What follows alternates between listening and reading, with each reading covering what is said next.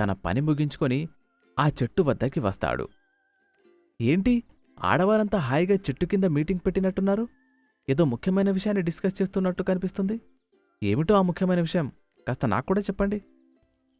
ఏం లేదు బుజ్జి, మీ ఆవిడ ఎక్కడికైనా వెళ్దామని అంటుంది.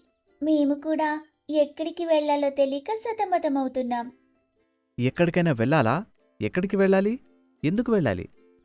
నీకు చెప్పాను కదా బుజ్జి, నాకు చాలా రోజుల నుండి బోరు కొడుతూ ఉందని. అందుకే మనం ఎక్కడికైనా వెళ్దాం. మన గ్రామానికి కొంచెం దూరంలో సుందరపల్లి అనే అందమైన గ్రామం ఉంది. ఆ గ్రామంలో అందమైన వాటర్ ఫాల్స్ కూడా ఉన్నాయట.